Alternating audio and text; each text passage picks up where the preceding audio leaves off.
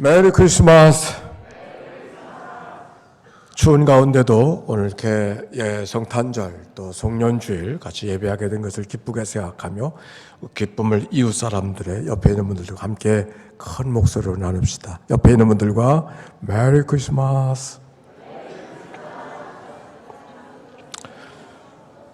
초대교회 교부 가운데 한 사람 오리겐, 예수님이 마리아에게 태어났다 할지라도 우리 마음에 태어나지 않았다면 무슨 소용이 있겠는가 말했습니다. 그런데 여러분, 오늘 우리가 성탄절 예배로 하나님 앞에 예배하고 있는 것은 이미 주님이 여러분 안에 오셨기 때문인 줄로 믿습니다. 왜 오늘이 성탄이요 기쁨의 계절인가 하는 얘기는 예수님의 두 이름 속에, 아기 예수의 두 이름 속에 있음을 지난주일 설교를 통하여 나누었습니다. 마태복음 1장 21절 시작. 아들을 낳으리니 이름을 예수라라. 이는 그가 자기 백성을 그들의 죄에서 구원할 자이심이라. 자기 백성을 죄에서 구원할 자로 오신 그분 때문에 성탄이 기쁨의 계절이라고 하는 말씀. 또 한 말씀이 있습니다. 1장 23절 시작. 보라가 처녀가 잉타여 아들을 낳을 것이요 그 이름을 임마누엘이라 하리라.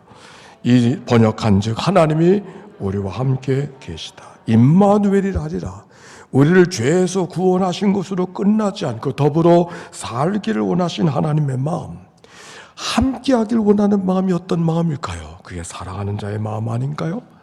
우리가 성탄의 계절 속에 우리와 함께하기를 원하는 하나님의 마음이 담겨 있음을 깨닫게 되어졌을 때 성탄은 절로 기쁨의 계절이 되는 것입니다.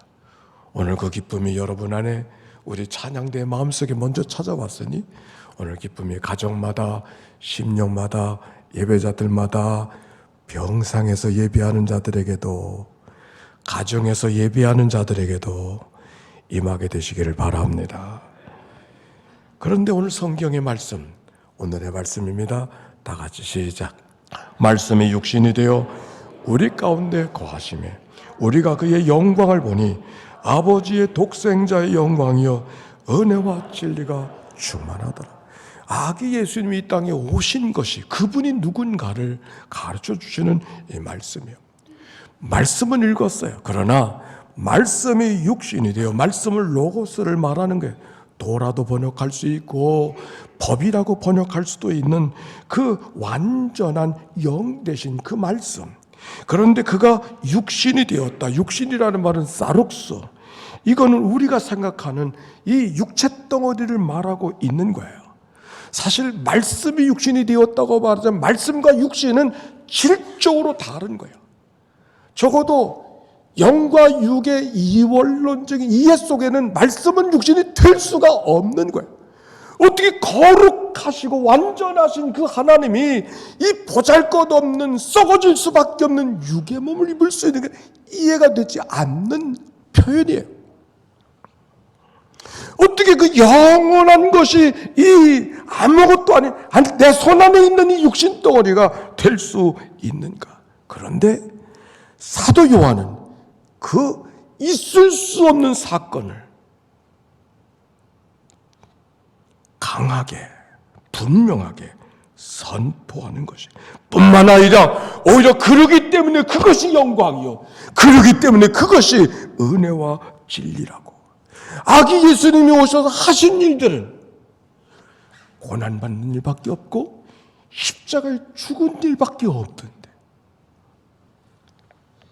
그저 높은 자리에서 낮은 자리로 내려오신 정도가 아니에요. 영원한 것이 아무것도 아닌 썩어질 육체 덩어리가 된 것밖에 없는데 오히려 그것이 영광이라고 사도 요한이 그렇게 말씀을 선포하는 거예요. 그래서 그 아무것도 아닌 아기 예수를 바라보면서 이 땅에 고난과 십자가의 사명으로 오신 그리스도의 모습을 보았기에 독생자의 영광이요 은혜와 진리가 충만하다고 말씀하고 있는 거예요. 그런데 어떻게 하나님이 사람의 몸을 입으시고 이 땅에 오신 예수를 어떻게 이해할 수 있을까? 킬케고르라는 신학자는 이 사건을 한 이야기로 설명하고 있습니다.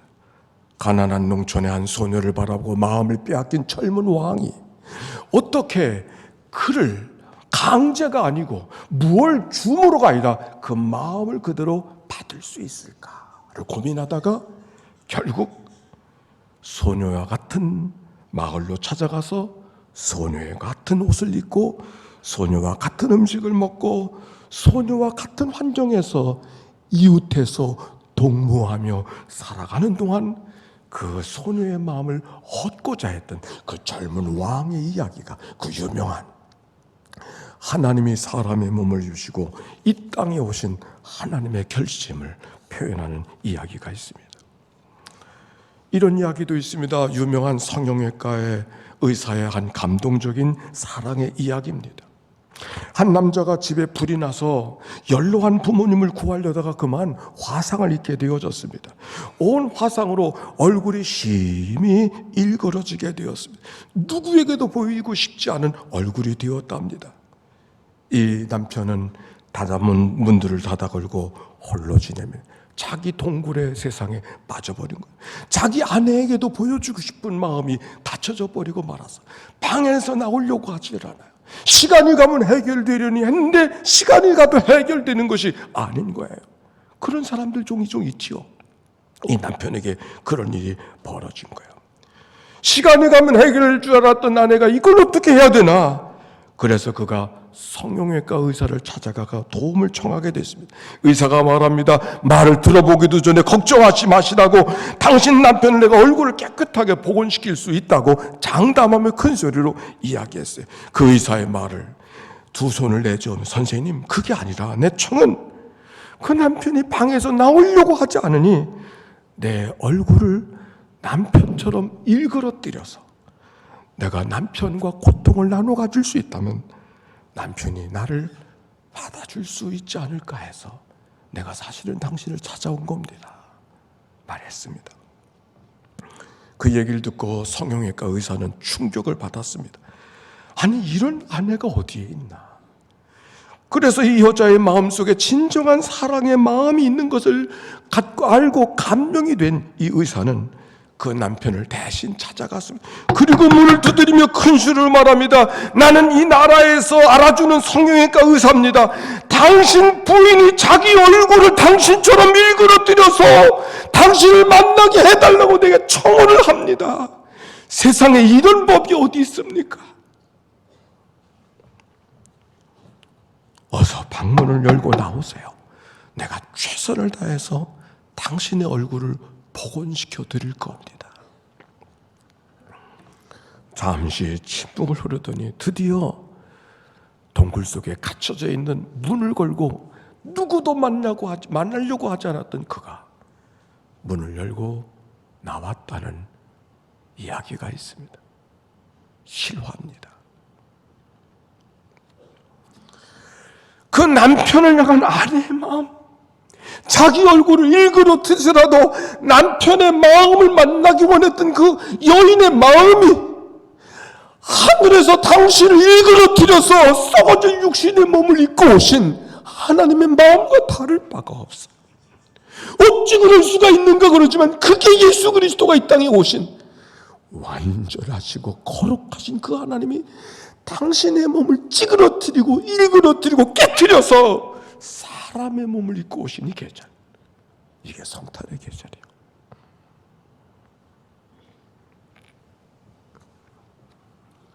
더욱이 우리에게 오신 예수님은 우리가 살기를 원했던, 우리가 보이기를 원했던 그런 자리에 오신 것은 아니에요. 마태복음에 보니까 예수님이 오셨을 때 동방박사들이 경배하는 이야기가 기억되어져서 아기 예수님을 누구로 대접하는가 기록되어져 있지만 누가복음에 보니까 목자들의 경배를, 첫 경배를 받으시는 이야기로 설명되어져 있습니다.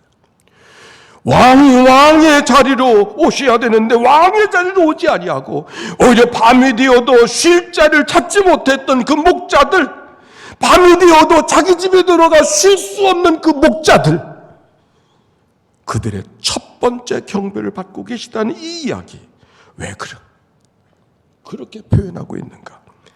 목자들 곁에서 목자들과 함께 있기를 원하는 하나님의 마음이 누가복음 속에 담겨 있는 거죠. 또한 아기 예수님은 강보에 쌓여 구유에 누였으니 이는 여관에 있을 곳이 없음이로라. 구유, 가축들의 먹이를 주는 그릇, 굶주림 있는 그 그릇, 치열하게 살아야 되는 그 그릇, 땀방울이 가득한 그릇, 개걸거려야 되는 그 그릇, 참혹하고 아름다운 자리가 아니에요. 거기는 참으로 인간의 가장 연약함이 담겨져 있는 아픔과 눈물과 근심과 한숨이 담겨지는 그 구유. 아기 예수님이 거기에 오셨어요. 왜 구유일까? 짐승처럼 살아가는 이에게도 예수님은 그들과 함께 있길 원하시는 하나님의 마음이 담겨 있는 거죠. 그러고 보니 이 땅에 오신 예수님이 만났던 사람들은 우리가 기대하고 그렇게 되기를 원했던 사람들을 만나시지 않았어요. 다 한결같이 상처받고 병들고 한스러운 인생을 살아가는 사람들, 12해 동안이나 혈루증에 빠진 여인, 태어날 때부터 소경된 사람, 가늠하다 잡힌 여인, 사람들에게 평생을 손가락질 받으며 살았던 세리, 굶주리고 가난한 사람들, 밤이 새도록 고기를 잡아서나 잡은 것이 없었던 어부들, 삶의 방향을 잊어버리고 가진 것이 있어도 가진 것 때문에 자랑스러운 것, 기뻐하며 살기보다 오히려 움츠리고 살아가야 했던 그들, 주님은 그들을 찾아오시고 그들을 만나 주셨던 이야기. 그들과 더불어 살기를 원해서 가장 천한 자리, 가장 부끄러운 자리, 가장 던져 싣고 싶은 그 자리로 오신 예수님의 뜻이 담겨 있는 것이죠. 그렇다면 누구도 예수님을 맞아들일 자가, 맞아들이지 못할 자가 없음을 고백합니다. 오늘 예배 속의 1부, 2부는 찬양대 세 곡을 이렇게 잘 준비해 주셨는데 1부는 연극 아닌 나레이션을 통해서 찬양대 중에 어떤 분이 이렇게 나와서 말했습니다.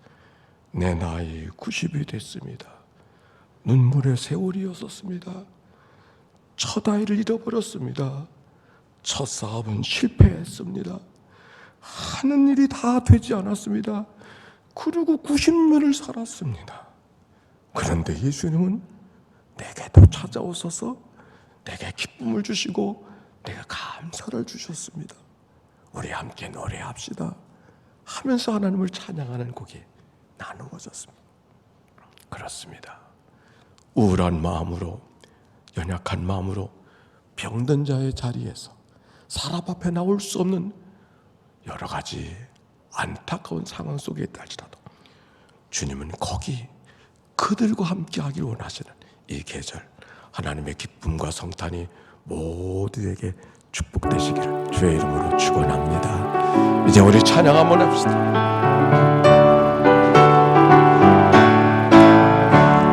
기쁘다 구주하셨네.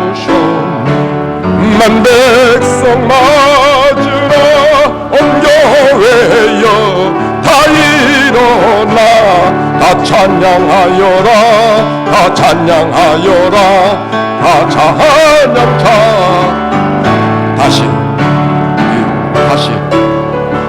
다시 하겠습니다. 이 찬양이 예수님이 오시다 너들 정말 기뻐하는 거니? 그러실 것 같아. 다시 한번 4절로 하겠어요. 4절이에요. 은혜와 진리 되신 주 다 주관하시니 만백성성 구주 앞에 다 경배하여라 다 경배하여라 다 경배하여라. 아멘.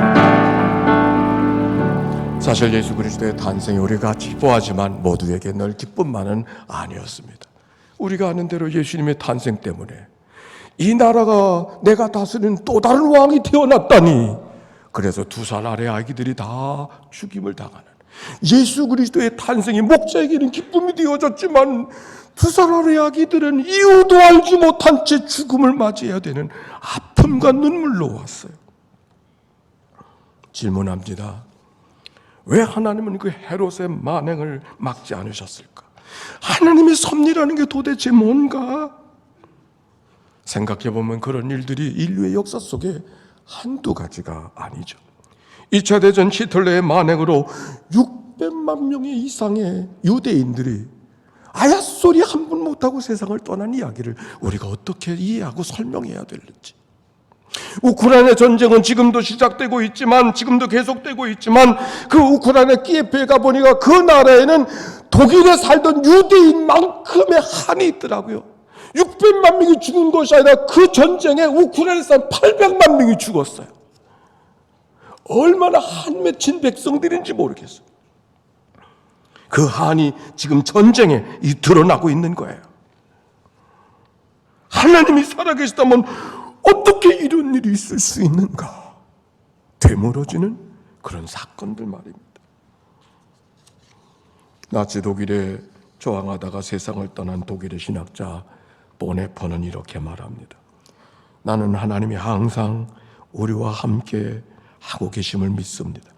그러나 나는 그 하나님은 고통 가운데 있는 인간들을 그대로 내버려 두기도 합니다. 털끌만한 잘못도 없이 돌에 맞아 죽은 스데반, 잠자코만 보고 계시던 하나님이 아닙니까? 로마의 원형 경기장에서 콜로세움에서 수많은 그리스도인들이 하나님 때문에 온몸을 사자에게 갈기갈기 지킬 때도 침묵만 지키시던 하나님이 아닙니까?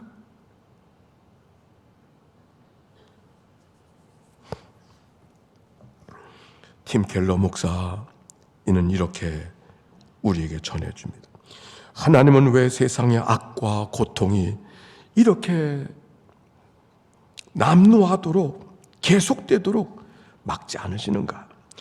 예수님의 십자가를 아무리 바라봐도 답을 알 길이 없다. 하지만 무엇이 답이 아닌지는 분명 알 수 있다. 하나님은 우리의 고통에 무관심하거나 초연해서도 아니고, 아니 하나님이 우리를 사랑하지 않아서는 더더욱 아니다. 오히려 하나님은 우리의 불행과 고통을 심각하게 받아들인 나머지 그 불행과 고통을 스스로 당신이 짊어지신 분이 아닌가. 세상에 이해할 수 없는 일들이 여전히 오늘도 계속되고 있지만 이 땅에 오신 예수님이 우리가 받아들일 수 없는 그 고통 때문에, 그 사건 때문에 당신이 십자가를 지셨다고 한, 십자가로 당신의 몸을 찢으셨다는 성경의 가르침을 받아들일 수 있다는, 인생의 잔혹한 현실 앞에서도 우리는 얼마든지 위로와 힘을 얻을 수 있는 것이 아닌가, 이렇게 물었습니다.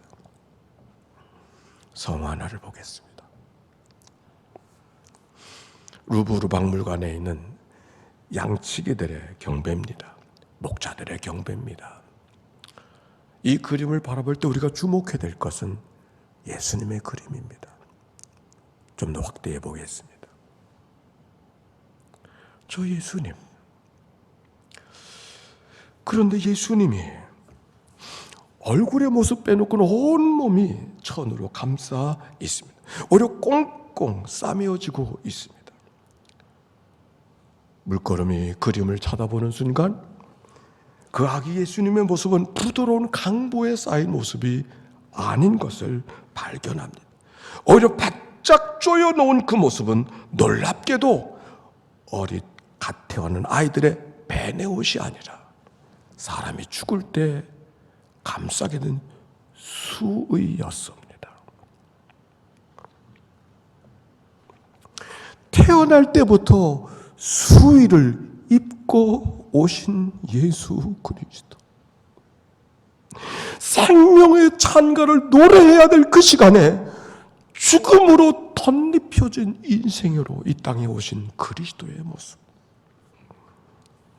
이 땅에 오사 우리의 죄를 짊어지고 십자가에 죽기 위해 이 땅에 오신 그리스도, 바로 아기 예수 속에 그 구속의 역사를 보았기에 독생자의 영광이요 은혜와 진리가 그 아기에게 충만하다고 사도 요한이 말씀하고 있는 것이죠.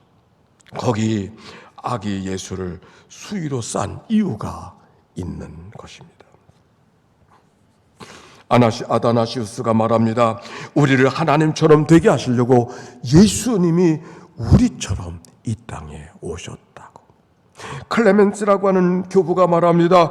로고스 말씀이 육신이 되어 인간이 되어 주심으로 우리가 어떻게 하나님처럼 될 수 있는가를 그가 우리에게 알게 해 주셨다고 말입니다. 오늘 이 성탄의 계절 노래하고 기뻐하고 장식하는 일들이 우리 눈앞에 보이지만 탄생의 의미가 오신 예수 그리스도가 우리에게 주시려고 하는 은혜가 무엇인가를 발견하는 오늘이 되어질 수 있게 되기를 바랍니다. 람베르트 노벤이라고 하는 내가 태어난 것은 이라고 하는 시 한 편이 있습니다. 주님 말씀하신다. 내가 벌거벗은 채 태어난 것은 내가 자신을 포기해야 됨을 알리게 하기 위함이다. 내가 가난하게 태어난 것은 내가 유일한 부로 나를 여기게 하기 위함이다. 내가 구유에 태어난 것은 내가 모든 환경이 거룩하다는 것을 배우게 하기 위함이다. 주께서 말씀하신다. 내가 약하게 태어난 것은 내가 나를 두려워하지 않게 하기 위해서다. 내가 사랑으로 태어난 것은 네가 나의 사랑을 의심하지 않게 하기 위해서다.